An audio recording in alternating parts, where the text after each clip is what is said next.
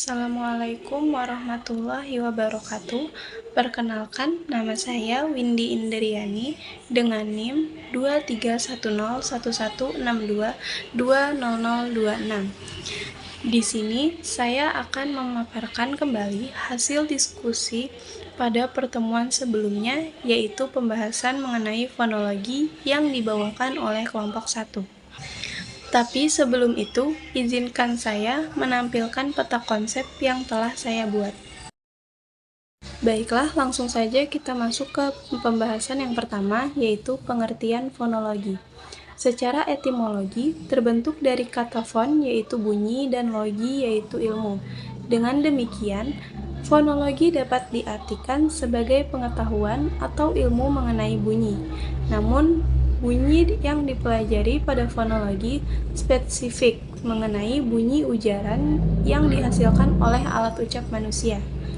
Selanjutnya, faktor pemerolehan fonologi. Yang pertama, faktor biologis. Pada umumnya, pemerolehan bahasa dalam bidang fonologi sangat dipengaruhi oleh genetik, keturunan, etnik yang dimiliki orang tua. Namun, kenyataannya, anak dalam usia lebih lanjut akan semakin banyak dalam perolehan fonologi. Yang kedua, faktor lingkungan.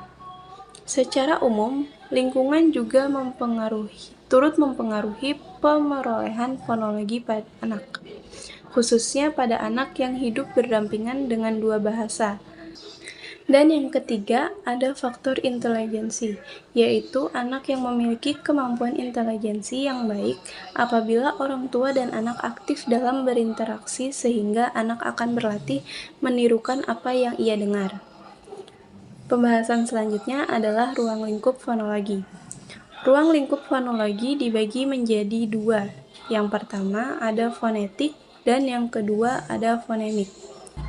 Pengertian fonetik sendiri adalah cabang studi fonologi yang mempelajari bunyi bahasa tanpa memperhatikan apakah bunyi-bunyi tersebut mempunyai fungsi sebagai pembeda makna atau tidak.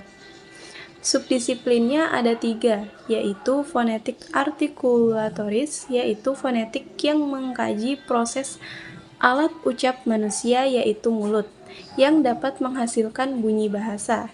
Yang kedua, ada fonetik akustik, yaitu fonetik yang mengkaji tentang gelombang atau getaran suara yang dihasilkan oleh alat ucap manusia. Yang ketiga, ada fonetik auditoris, fonetik yang mengkaji mekanisme penerimaan bunyi bahasa oleh indera pendengar, yaitu telinga. Selanjutnya adalah fonemik. Fonemik adalah cabang studi fonologi yang mempelajari bunyi bahasa dengan memperhatikan fungsi bunyi bahasa tersebut sebagai pembeda makna. Contohnya pada kata babi dan papi.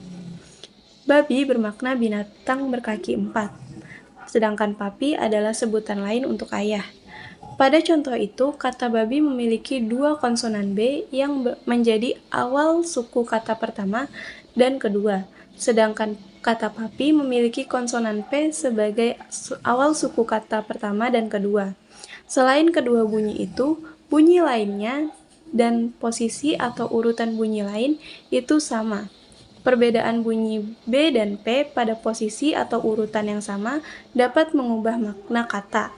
Inilah yang dikaji oleh fonemik. Dalam fonemik ini terbagi menjadi 6 subdisiplin. Yang pertama adalah identifikasi fonem, yang kedua alofon, yang ketiga klasifikasi fonem, yang keempat hasanah fonem, kelima perubahan fonem, dan keenam fonem dan grafem. Keenam subdisiplin ini nanti akan dibahas oleh kelompok selanjutnya. Pembahasan selanjutnya adalah keterkaitan fonologi dengan subdisiplin keilmuan lainnya.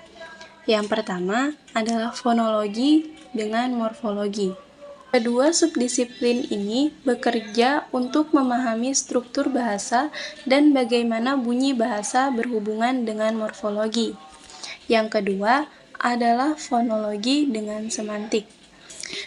Kedua subdisiplin ini bekerja untuk memahami bagaimana bunyi bahasa berhubungan dengan arti dan makna dalam bahasa. Yang ketiga adalah fonologi dengan sosiolinguistik. Kedua subdisiplin ini bekerja untuk memahami bagaimana bunyi bahasa berhubungan dengan pemakaian bahasa dalam masyarakat. Yang keempat, hubungan fonologi dengan psikolinguistik. Kedua subdisiplin ini bekerja untuk memahami bagaimana bunyi bahasa berhubungan dengan perilaku dan akal budi manusia. Sekian dari saya. Wassalamualaikum warahmatullahi wabarakatuh.